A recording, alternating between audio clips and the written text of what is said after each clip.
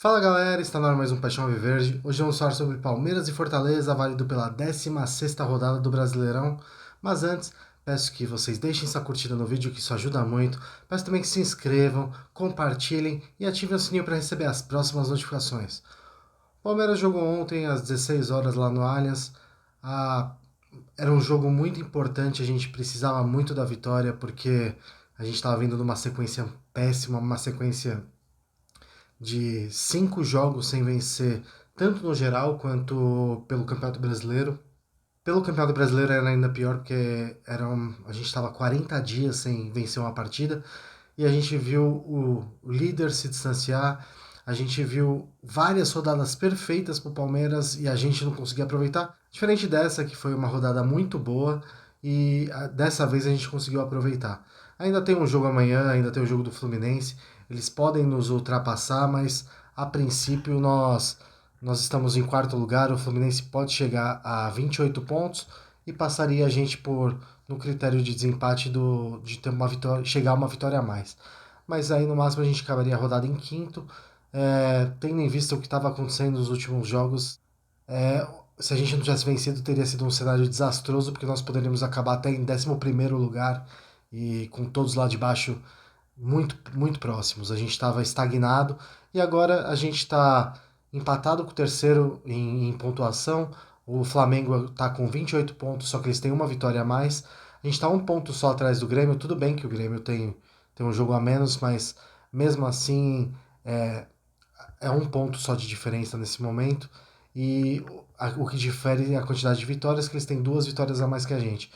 E aí, com esse empate do Botafogo, nós estamos 12 pontos atrás dele. Não é nada perdido, não tem nada ainda decidido, tem muito campeonato pela frente.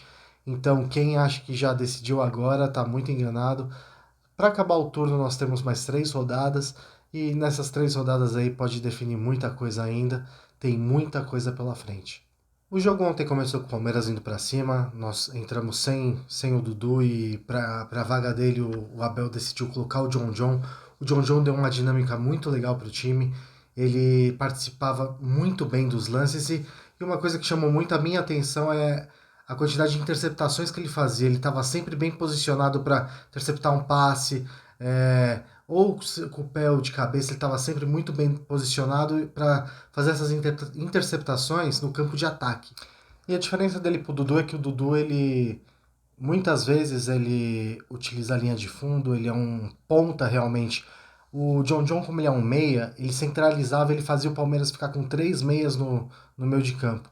Então acabava que o Piquerez ele teve muita liberdade para fazer o corredor ali. Então o Piquerez foi a maior arma do Palmeiras no primeiro tempo. O time apresentou uma boa melhora. Para mim, uma grande diferença foi a presença do Marcos Rocha ali na lateral. Ele dá uma consistência defensiva, ele dá uma consistência ofensiva, diferente do Mike, que acaba sendo inoperante na defesa e não agrega tanto no ataque. A, o Abel escolheu o Richard Rios para começar o jogo. Ele tem sérias dificuldades ainda ali no meio campo para fazer essa função. Diferente do menino, ele não consegue fazer o jogo fluir como o menino faz. Mas agora que a gente está focando na Libertadores, vai ter alguns jogadores que são os que mais atuaram, vão começar a ter mais descanso e o menino, entre eles, é um dos que mais vinha atuando. E o Rios ele aproveitou, o nosso primeiro gol saiu com ele numa bola aí rebatida num escanteio. Ele pegou de primeira, contou com desvio, mas foi feliz e abriu o placar, dedicou o gol até o Giovani, nosso jogador que foi pro Qatar e sofreu uma lesão ali com 1 minuto de jogo, sofreu uma lesão no joelho. Então ele homenageou o nosso ex-atleta. O pessoal falou que o Veiga estava muito mal. Eu não achei que ele estava mal, que nem nos outros jogos. Ele não estava acertando, mas ele não estava omisso, diferente do que vinha acontecendo nas outras partidas. Aí a gente estava controlando o primeiro tempo, o Palmeiras poderia ter feito um placar mais elástico, poderia ter já decretado a vitória ali. E acabou que num lance de sorte ali, numa jogada com o Marcos Rocha, ele botou o braço na bola. Na minha opinião, foi fora da área. Ele estava com o corpo mais ou menos na linha, mas o braço estava fora da área. Mas o juiz resolveu que era pênalti, deu pênalti. E o que fica muito claro é que Sempre quando tem um lance inconclusivo, e o que mais tem acontecido nos jogos do Palmeiras são esses lances inconclusivos, é que eles vão marcar contra. Então, na dúvida, é contra o Palmeiras. Então, ontem teve mais um caso desses. Aí foi pênalti para eles empataram o jogo e eles tiveram chance de virar ainda depois disso, porque eles tiveram duas chances ali cara a cara que o Everton salvou. Então o placar poderia ter ido pior pro segundo tempo. A gente saiu de um time que poderia ter matado o jogo antes dos 30 minutos, poderia ter saído com a vitória decretada no primeiro tempo, e aí no último minuto do primeiro tempo a gente tomou o gol de empate de pênalti. Então, e ainda fora as duas chances que eles tiveram para virar a partida. Então, o Palmeiras precisava corrigir a rota, só que na minha opinião o Abel mexeu mal. Eu não teria tirado o John John. Eu acho que ele poderia ter colocado velocidade ali, mas não precisava ter tirado o John John. Não tinha necessidade. Ele tirou o Rocha também, colocou o Mike logo na volta do primeiro tempo. E ele tirou o John John para botar o Gabriel Menino. Aí passou o Arthur para o lado esquerdo e o Menino aberto no lado direito. Não foi uma substituição que me agradou.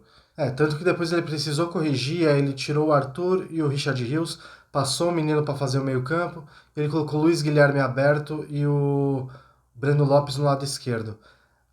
Essa poderia ter sido a primeira alteração já. Ele não precisava ter corrigido assim. Ele ter colocado o menino naquele momento não tinha a menor necessidade. Ele poderia ter muito bem colocado o Breno Lopes ali aberto já, logo de cara o Arthur ter permanecido na dele. Depois colocado o Luiz Guilherme ali no lugar do Arthur. Luiz Guilherme que entrou muito bem e mudou o jogo assim como o Breno.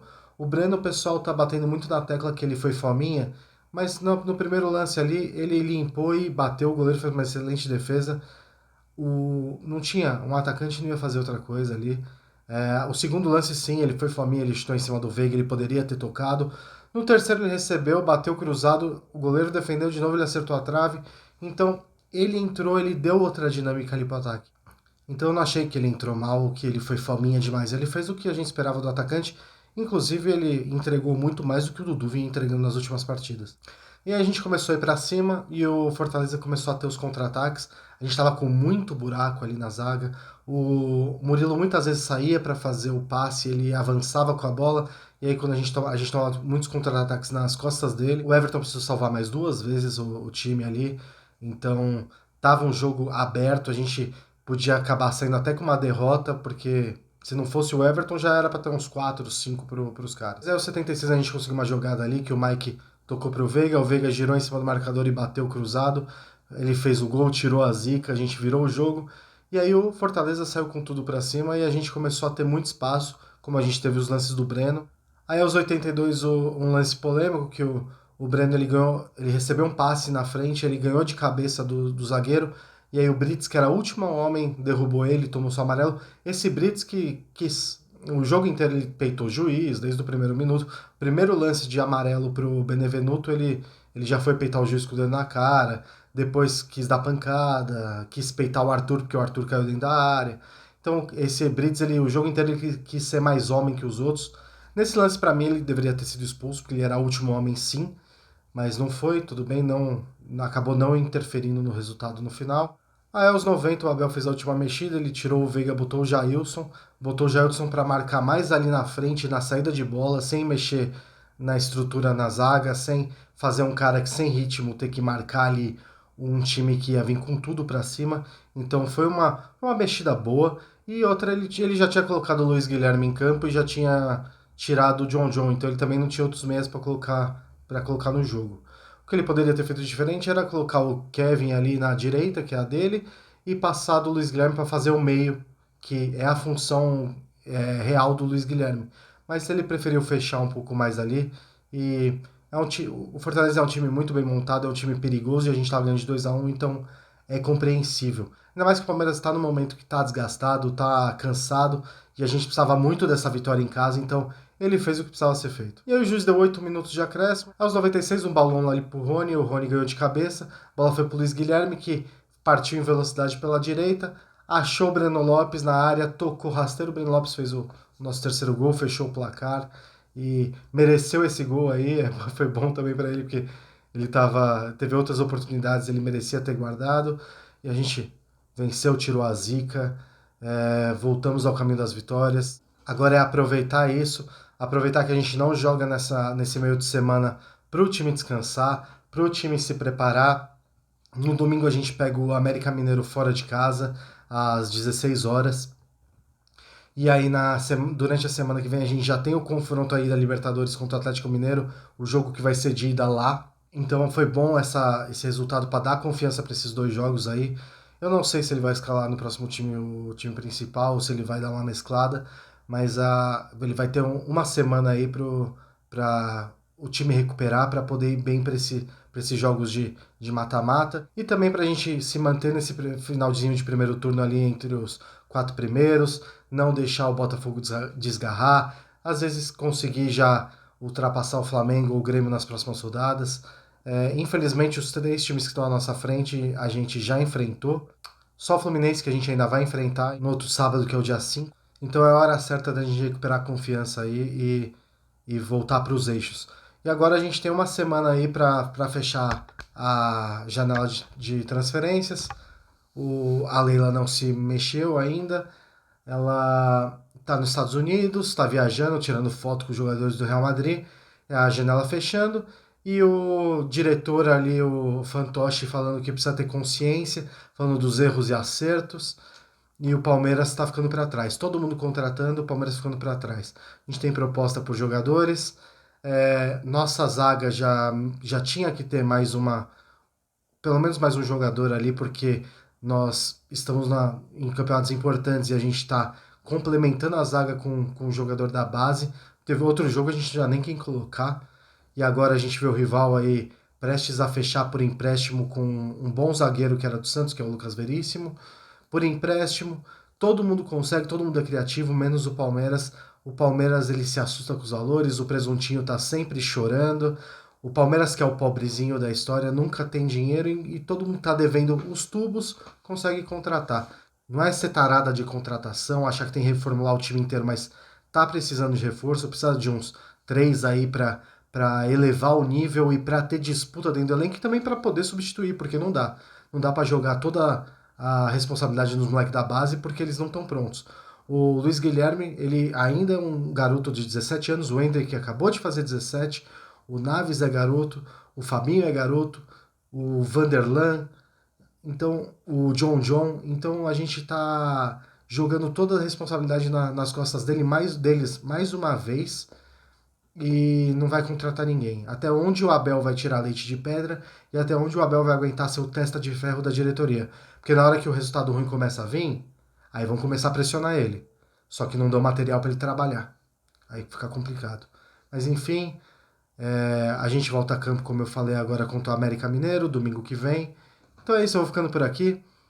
Deixem nos comentários o que vocês acharam do jogo, o que vocês acharam da atuação dos jogadores, se vocês acharam que foi pênalti, não foi pênalti, se o Brits tinha que ser expulso, não tinha que ser expulso, se vocês gostaram das mexidas do Abel, se vocês acham que vai vir alguém ainda nessa reta final aí, alguém vai ser contratado ou não. Eu acho que não. Se tivesse perdido, sim, mas como não perdeu, agora é a desculpa que a Leila precisava. Aliás, como todos os jogadores que a gente está sondando, a gente sempre arruma uma desculpa, sempre o time malvado que não liberou, o jogador malvado que não aceitou a proposta, quis um salário maior, e a gente vê um cara indo para o Santos aí aceitando ganhar muito menos que Palmeiras e Flamengo, porque ele queria jogar no Santos. Então é isso, mais uma vez eu peço que deixem sua curtida e que isso ajuda muito o canal. Também se inscrevam, compartilhem o vídeo e ativem o sininho para receber as próximas notificações. Até mais!